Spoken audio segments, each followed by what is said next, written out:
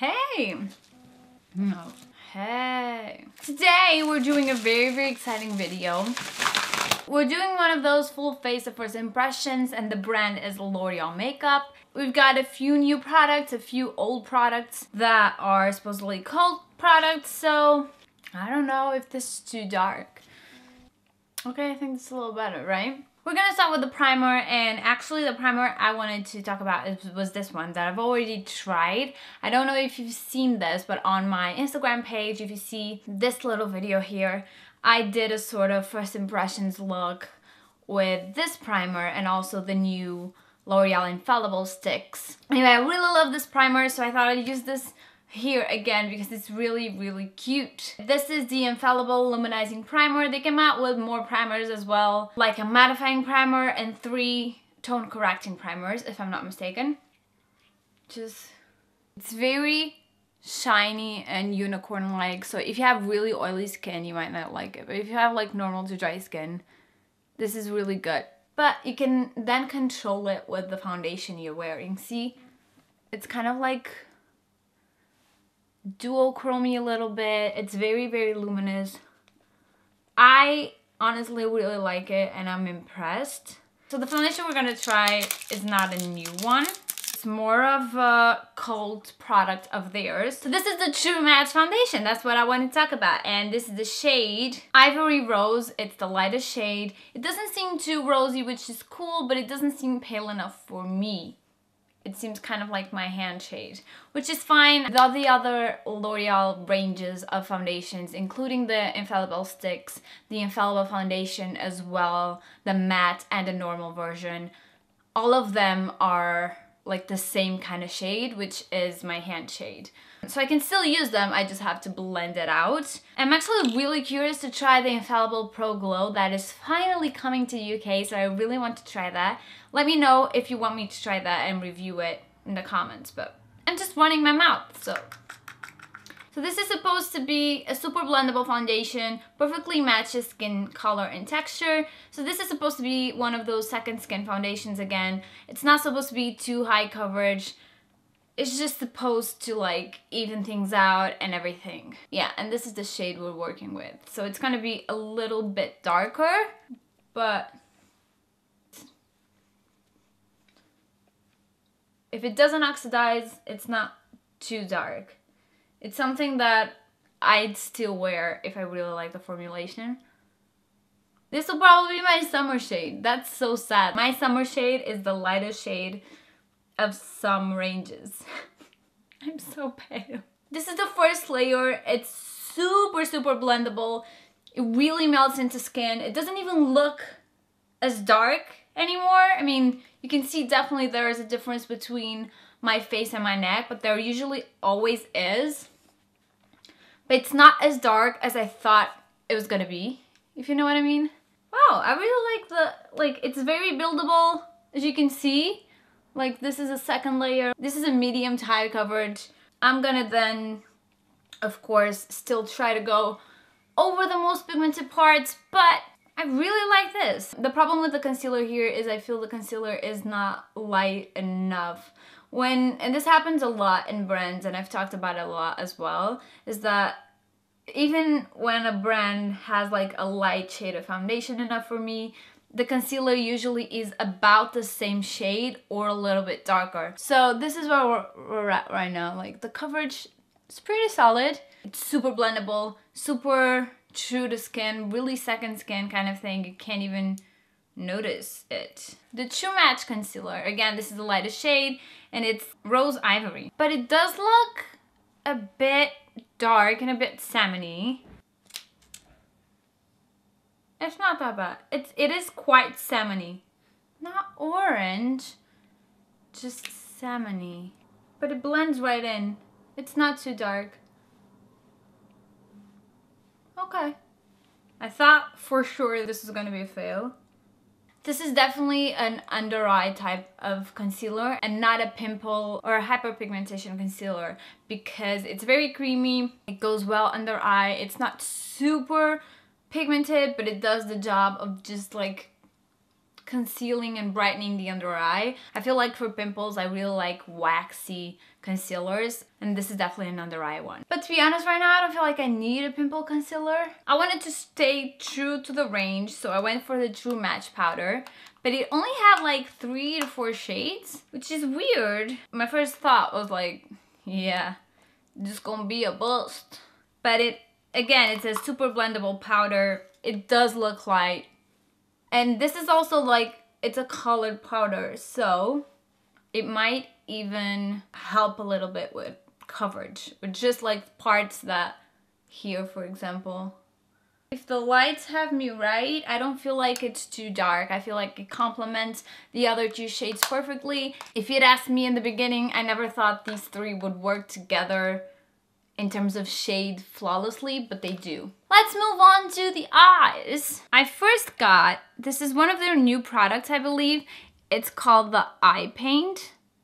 And this is the shade 202 Keep on Khaki. So I thought we could use this as a base. It seems quite pigmented.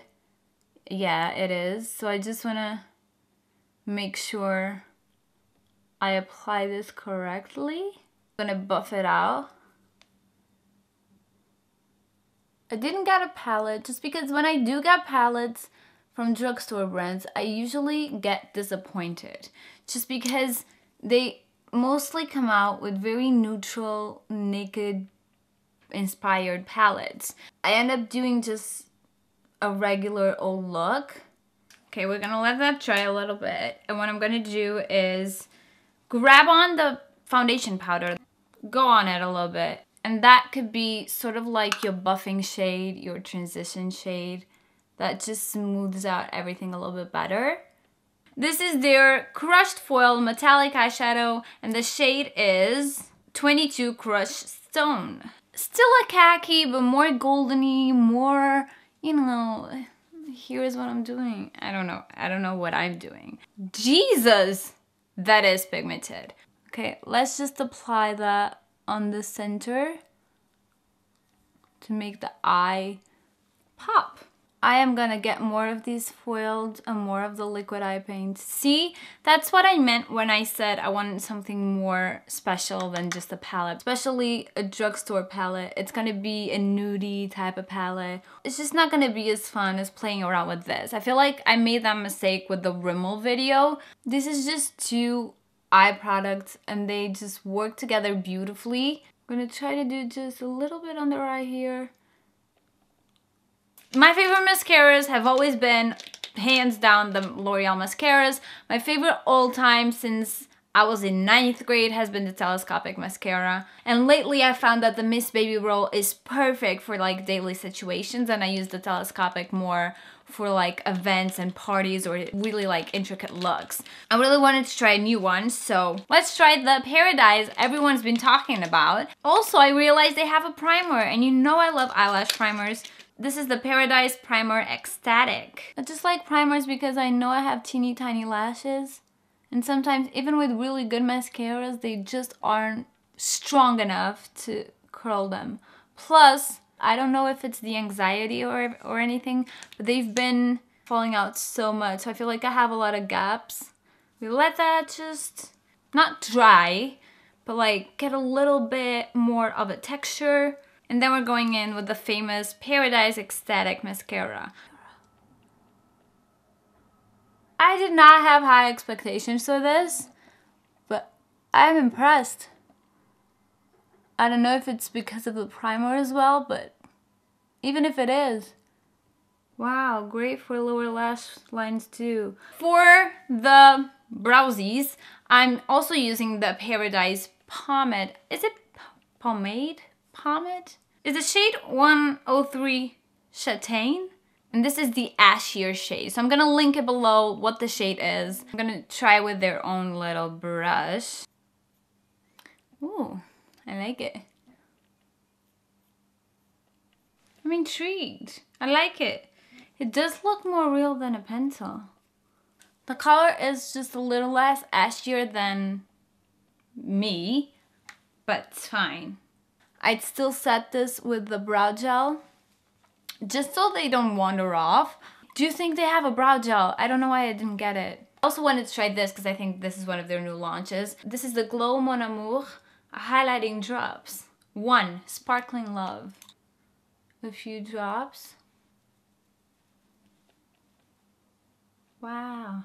So it's a really glow from within highlight.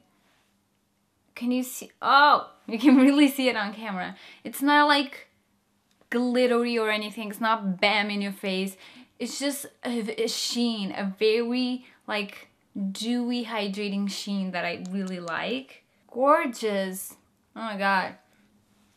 Gorgeous. And then I'm gonna do 1 drop in each inner corner.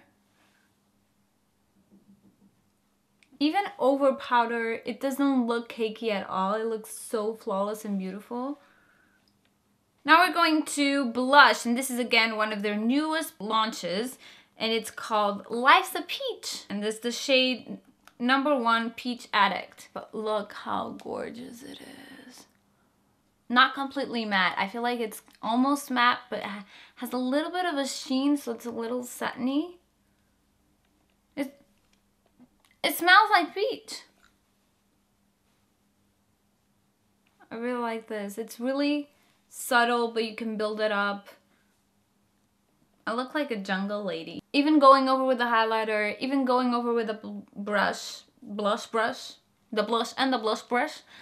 The coverage didn't really stray from what it was, so you can definitely see if you look at it that we still have a little bit of pigmentation over here, but we had it to begin with, so it hasn't gone away too much, and really this would be the type of coverage that I'd be comfortable wearing. I have 2 lips that would look amazing here, I think. These are both from the Balmain collaboration. We have the Balmain Instinct, Fever. I think they both would look amazing. So this would be option number 1. Definitely very bold. Both are going to be bold, but this is more of a like awkward, odd combination.